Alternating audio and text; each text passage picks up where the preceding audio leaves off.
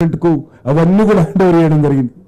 అవన్నీ కూడా టూరిస్ట్ వచ్చినప్పుడు 364 days వాళ్ళకు కావాల్సినటువంటి మినిమం ఫెసిలిటీస్ అంటే రూమ్స్ కావచ్చు, రెస్టారెంట్ కావచ్చు, హాల్స్ కావచ్చు, ఇవన్నీ కూడా ఏర్పాటు చేసి ఇవ్వడం జరిగిందనే విషయాన్ని ఈ సందర్భంగా మీకు మనవి చేస్తూ ఎంత తొందరగా వీలైతే అంత తొందరగా ఈ యొక్క యూనివర్సిటీ ప్రారంభిస్తాం. ఈ సంవత్సరం కూడా మరి సుమారు 3 కోట్లు అని అనుకున్నాము, కానీ మరి 3,14,00,000 రూపాయలు రాష్ట్ర ప్రభుత్వానికి మరి ఈ యొక్క సమ్మక్క సారక్క జాతర నిర్వహణ కోసం సంబంధించి మా టూరిజం మినిస్ట్రీ తరఫున, ట్రైబల్ మినిస్ట్రీ తరఫున సహకారం అందించడం జరిగిన విషయాన్ని కూడా ఈ సందర్భంగా మనవి చేస్తా ఉన్నాను. గతంలోనే మేడారం మౌలిక వసతుల కల్పన కోసం కూడా గతంలో కూడా 19 కోట్ల రూపాయలు ఇవ్వడం జరిగింది. కేంద్ర ప్రభుత్వము దేశవ్యాప్తంగా అనేకమైనటువంటి ఫెస్టివల్ జరుగుతాయి, అన్నీ కూడా మరి విజయవంతం కావాలనే ఉంటుంది. ఆ దిశలోనే సమ్మక్క సారక్క యొక్క జాతర విజయవంతంగా జరగాలని అమ్మవారి పేర్ల మీద ఈరోజు అంతర్జాతీయ స్థాయిలో ఒక విశ్వవిద్యాలయం రాబోవడము మనకందరికీ గర్వకారణము, చాలా సంతోషం. ఇప్పుడే మంత్రి గారు చెప్తా ఉన్నారు, ఇప్పటికే మరి 70 లక్షలు దాటిందని. 70 లక్షల మంది భక్తులు వచ్చి అమ్మవారిని దర్శించుకున్నారని చెప్పడం జరిగింది. చాలా సంతోషం. ఈ యొక్క ట్రైబల్ ఫెస్టివల్ రానున్న రోజుల్లో తప్పకుండా భారత ప్రభుత్వం తరఫున అన్ని రకాలుగా యూనివర్సిటీ వచ్చిన తర్వాత దీనికి అంతర్జాతీయంగా గుర్తింపు వస్తుంది. అదే సమయంలో ఇక్కడ కావలసినటువంటి మౌలిక వసతులు మరింతగా రాష్ట్ర ప్రభుత్వంతో కలిసి అభివృద్ధి చేసుకోవడానికి అవకాశం ఉంటుందనే విషయాన్ని కూడా ఈ సందర్భంగా మనవేస్తూ అమ్మవార్ల ఈ యొక్క సమ్మక్క సారక్క జాతర సందర్భంగా భక్తులకు ప్రజలందరూ కూడా హృదయపూర్వకమైనటువంటి శుభాకాంక్షలు కూడా తెలియజేస్తా ఉన్నాను.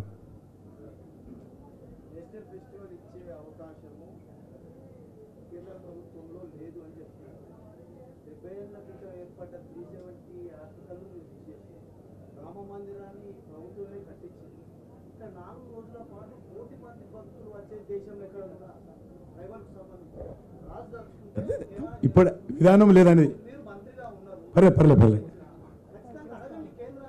తప్పకుండా సరే.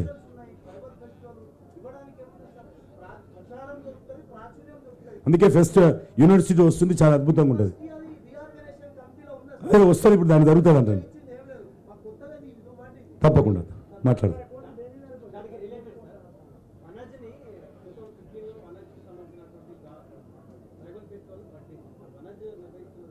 ఇక్కడ మీ గవర్నమెంట్ ఆఫ్ ఇండియా ఎక్కడ లేదు, నేనే కదా, ఎక్కడ లేదు. దాన్ని దాచుకోవాల్సింది ఉంటే అన్నిటికంటే ముందు తెచ్చుకోండి. నేను ఇక్కడ ట్రైన్స్ కూడా, స్పెషల్ ట్రైన్స్ కూడా ఒక 30 స్పెషల్ ట్రైన్స్ కూడా నడిపిస్తున్నాం.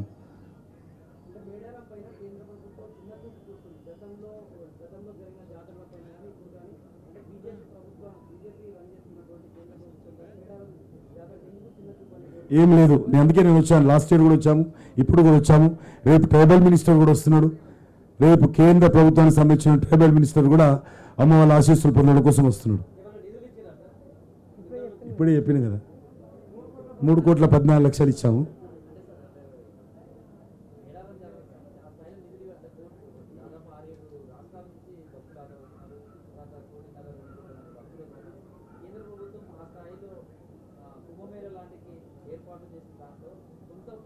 కుంభమేళ రాష్ట్ర ప్రభుత్వాలు చేస్తాయి.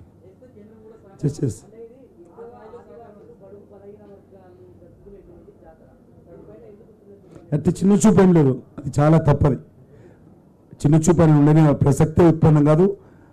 అమ్మవారి జాతర అంటే అందరికీ గౌరవము. ప్రధానమంత్రి గారిని ఇంట్రడ్యూస్ చేశాను, నేను కూడా వచ్చాను. ఉన్నంతలో ప్రతి సంవత్సరం, గతంలో మేము రాకముందు 50 లక్షలు ఇచ్చేవారు ఈ ఫెస్టివల్కి, అంతకుముందు 25 లక్షలు ఇచ్చారు. ఈసారి 3,14,00,000 ఇచ్చాము. నేను కొంత ఇనిషియేటివ్ తీసుకొని నేను ఉన్నాం కాబట్టి పెంచడం జరిగింది.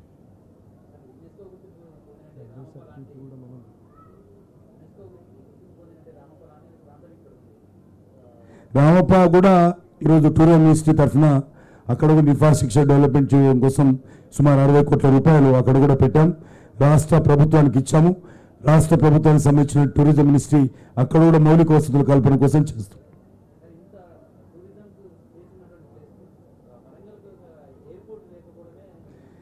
ఎయిర్పోర్టు కేంద్ర ప్రభుత్వం తప్పు కాదు, ఎయిర్పోర్ట్ అనేటువంటిది రాష్ట్ర ప్రభుత్వం తప్పు. స్వయంగా కేంద్ర సివిల్ ఏవియేషన్ మినిస్టర్ వచ్చి మాట్లాడిపోయాడు గౌరవ ముఖ్యమంత్రి గారిని, కానీ వారు సహకారం అందించలేదు, ల్యాండ్ ఎక్విజిషన్ చేయలేదు ఇప్పటి వరకు కూడా. నేను కూడా అనేక ఉత్తరాలు రాశాను. అంటే ముఖ్యమంత్రి గారు అంటే ఈ ముఖ్యమంత్రి కాదు, గతంలో ముఖ్యమంత్రి.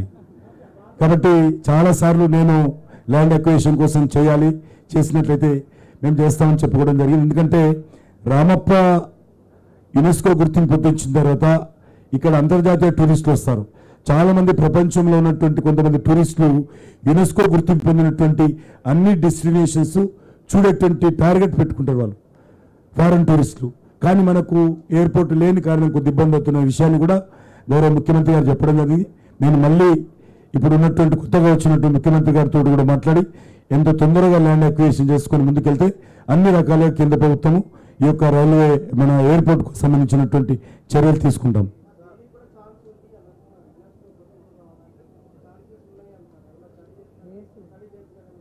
తప్పకుండా ఈ ప్రాంతం అది తప్పకుండా కొన్ని కల్చర్కి సంబంధించినటువంటి వస్తాయి, దాంట్లో తప్పకుండా తీసుకుంటాం.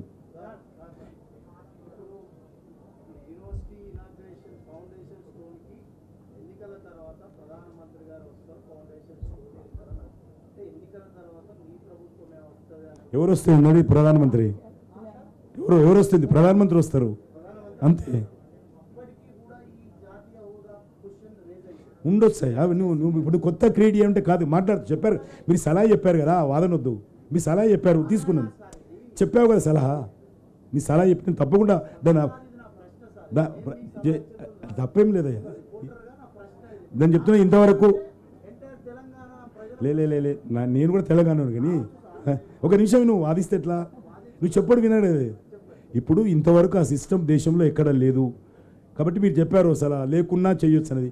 దేశంలో ఇంతవరకు ఏ ఫెస్టివల్ కూడా అనేక నేషనల్ ఫెస్టివల్ గుర్తింపు ఇచ్చినటువంటి ఏది కూడా లేదు. మీరు సలహా చెప్పారు, తప్పకుండా దాన్ని పరిశీలిస్తామని చెప్తున్నాను.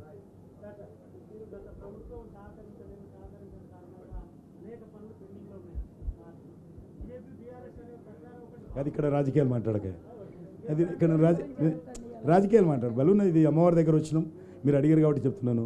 ఇక్కడ అమ్మవారి దగ్గర అదొకటనే విషయం, రాజకీయాలు మాట్లాడు దయచేసి. మనకు చాలా వేదికలు ఉన్నాయి మాట్లాడడానికి.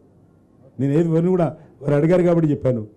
ఎందుకంటే ఈ యొక్క ఎయిర్పోర్ట్ ఎందుకు రాలేదంటే నేను స్వయంగా సంతకాలు పెట్టి గౌరవ ముఖ్యమంత్రికి అనేక ఉత్తరాలు రాస్తే ఒక్క ఉత్తరాన్ని కూడా జవాబు ఇవ్వలేదు ఎయిర్పోర్ట్ విషయంలో అని చెప్పాను.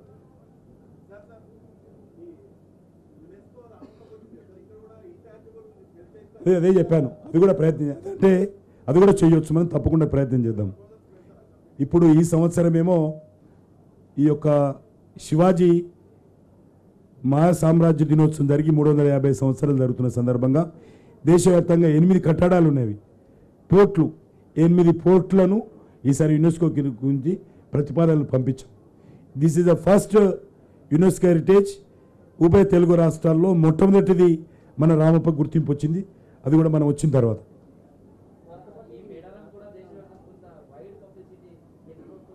ప్రధానమంత్రి గారు స్వయంగా ట్వీట్ చేశారు. ప్రచారం తప్పకుండా సలహా.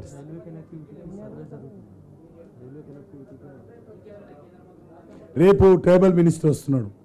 రేపు రాష్ట్రపతి గారిని రాష్ట్రపతి ఆహ్వానించలే మరి. తప్పకుండా అడిగాము, డిఫరెంట్ యాంగిల్లో వారు సెక్యూరిటీ యాంగిల్ ఆ రకంగా వారు వచ్చినప్పుడు మొత్తం అందరిని ఆపాల్సి వస్తుంది. That is a procedure. కాబట్టి భక్తులకు చాలా ఇబ్బంది అవుతుంది. మనం అంటే ఏది పడ్డా పోసుకోము. ఆమె వచ్చినప్పుడు చాలా ప్రోటోకాల్ ఉంటాయి. ప్రోటోకాల్ సంబంధించినటువంటి విషయంలో ఇక్కడ ఉన్నటువంటి భక్తులకు అడ్మినిస్ట్రేషన్ మీద చాలామైనటువంటి ఒత్తిడి ఉంటుంది. జస్ట్ దాని కారణంగా ఇక్కడ ఉన్నటువంటి అడ్మినిస్ట్రేషన్ మీద తీవ్రమైనటువంటి ఒత్తిడి ఉంటుంది. వాళ్ళు వస్తే భక్తులు జరిగేది 3 రోజులు. 3 రోజులప్పుడు రావాలన్నప్పుడు ఇబ్బంది అయితే మొన్న భద్రాచలం తీసుకొచ్చాము, రామప్పకి తీసుకొచ్చాము. అట్లే మీరు రావడానికి సిద్ధంగా ఉన్నారు. యాదగిరిలోకి వచ్చారు, అనేక ప్రాంతాలు కూడా వచ్చారు. కానీ ఇక్కడ ఆ రకమైన పరిస్థితి ఉంటుంది. వచ్చేటువంటి భక్తులకు అదేవిధంగా సిబ్బంది మీద కూడా చాలా ఒత్తిడి ఉంటుంది. కాబట్టి అదే విషయం వారు స్పష్టంగా చెప్పారు. అందరికంటే ముందు చెప్పాను. దేశమంతా అన్ని వర్గాల ప్రజలు సంతోషంగా ఉండాలి, ఏ రకమైనటువంటి ప్రకృతి వైపరీత్యాలు లేకుండా పాడి పంటలతో సుఖ సంతోషాలతో దేశం బాగా ఉండాలి అనేటువంటి విషయం నరేంద్ర మోడీ గారి తరఫున అమ్మవారిని ప్రార్థించడం జరిగింది.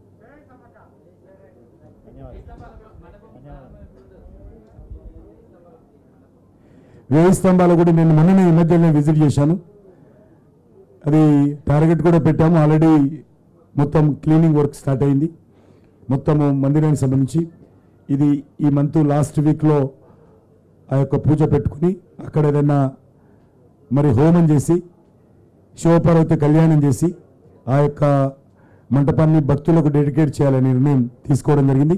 అదే విషయాన్ని స్పష్టంగా అధికారులకు చెప్పాను. ఆ దిశలోనే పూర్తి అయిపోతుంది, ఈ 30 రోజుల్లో పూర్తి అయిపోతుంది.